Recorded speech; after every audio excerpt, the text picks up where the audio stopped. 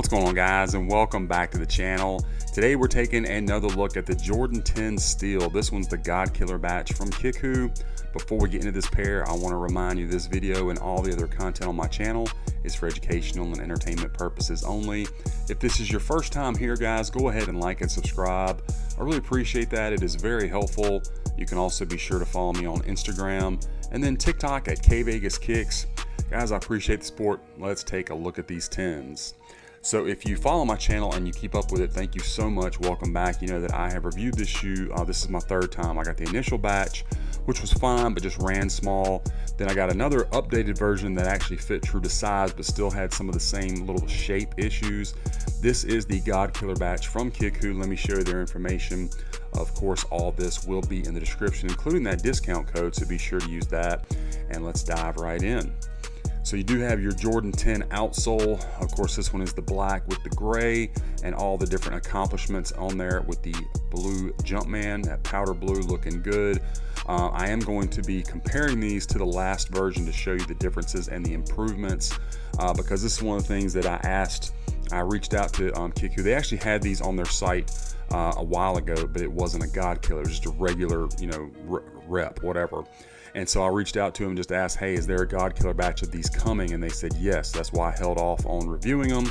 Wanted to get the God Killer, and I'm glad I did, because I'm going to show you some differences of what you would have gotten versus what you'll get now.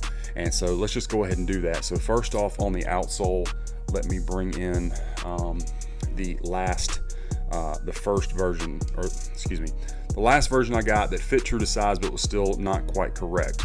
And this may be hard to pick up on camera, but look at the differences in the writing here. You see how on the old version versus the God Killer is much more defined. It's almost like, it's not, but it's like the letters are deeper and more crisp.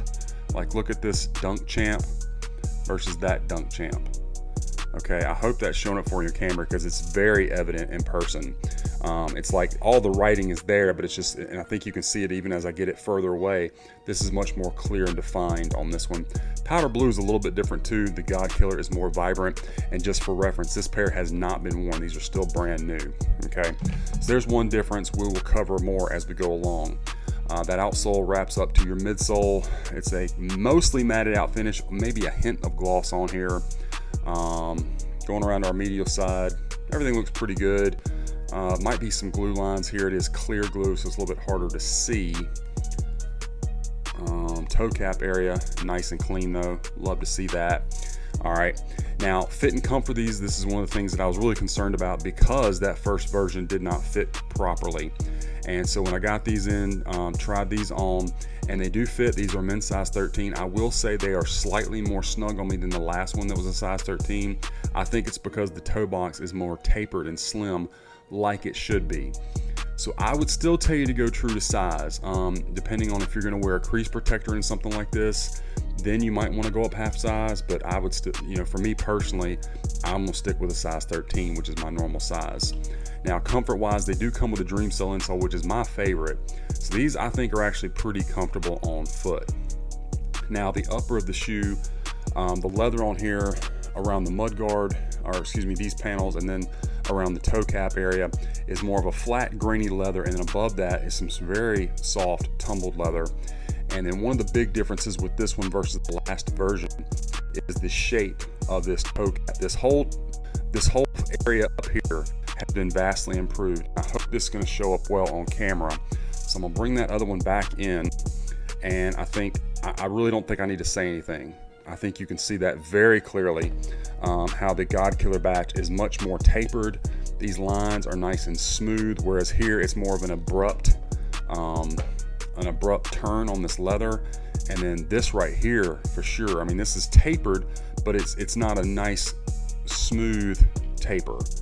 Like, you see how that has this nice curve to it, whereas that's just more abrupt. Okay, again, I think that's pretty clear. And then let me get it, if I can see it from this angle, get those laces out of the way. All right, and then look how, again, we got the God Killer here and then the old version right there. How the toe cap area is just so much more clean. and you can look at it from here too, and I think you can tell as well. This is just more boxy, whereas they got that nice taper to it.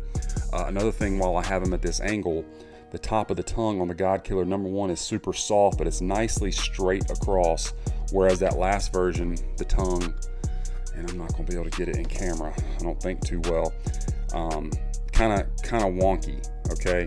And this wasn't, again, it's not showing up great on camera, especially when I go stretch it out like that, but it's just not straight across. I hope you can get an idea of that versus this, nice and straight, okay? And again, the leather is much softer on this one. This one wasn't bad. I mean, I was impressed with this, especially when I got it in hand compared to the first one, but this is just definitely a step up. Overall shape, overall materials, way better right here. Of course, you do have those rope laces over top of the mesh tongue, and then, as we already said, much better leather up here with that Air Jordan font.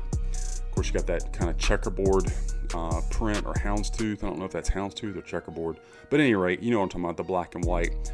There's your size tag with that powder blue insole. All that looks as it ought to. Got your nylon strap here at the back, and your Jumpman in black. Another thing that I noticed, I don't know again how well this is going to show up on camera, but the black panel on this one comes up a lot higher versus the godkiller. It's more sleek, and just the overall shape is a little more sleek on the godkiller versus the last one. Even the Jumpman shaped a little bit better. So nylon strap, not quite as big and thick as the last one. Just a better job right here. So it's probably the last time we'll look at the old one. I think that shows pretty much all the differences. Medial side looks good. Again, a nice tapered toe box, soft leather. I think they did a great job. Very, very happy to have this one. Check out the left one. And again, glad I waited. Sometimes it pays to wait. Check them out from the rear. Got your Jumpman going the different ways, different directions. There's his fingers and his shoelaces, that nylon pull strap. And again, you see that nice tapered look on this entire toe box area. Just it is a lot better. Outsole, medial side, and the tongue on this one again, nice and straight across. That kind of wonkiness. Let's check out the Strobel. It's got that white Strobel. I say white, kind of heathered look actually. And then we already saw the size tag, but there it is again. These did just come with regular tissue paper inside, which is pretty standard. And then our insole is the powder blue with the black branding. And again, a nice Dream Cell insole, so very comfortable on foot. Let's check out the box. These are the same regardless of the version. It is this awesome box. Love this packaging. A throwback to the original run of Jordan Retros back in 1994. Yes, 1994. They started in 94 and we got some in 95 too, but the original ones came out in 94. But anyway, so you get that look. Starts off with the 1 going all the way to the 9, leading up, of course, to the 10 at that time. I got the wood grain look. Okay. Branding on the bottom. And then your box label on this one's Air Jordan 10 Retro, white, black, light steel gray, men's 13. Inside, you got the cardboard look, the swoosh and the word swoosh. You got that brown tissue paper, white tissue paper underneath that. It's wanting to spill out of the box, sorry. And then there's no anti-mold stickers or anything inside the box. There is this little stamp back here, but nothing else in there. As per usual, guys, with Kickwho, they did a really good job protecting the box. Rarely do I get one from them that's damaged. Always appreciate that. And the shoes, again, the best that I have seen thus far, looking amazing. So anyway, guys, that is my unboxing review of this Air Jordan 10 Steel, the godkiller batch. I hope you enjoyed the review and that it was helpful for you. Let me know what you think about this pair in the comments. Be sure to follow me on my other socials and be on the lookout because we got a lot more of these reviews coming your way.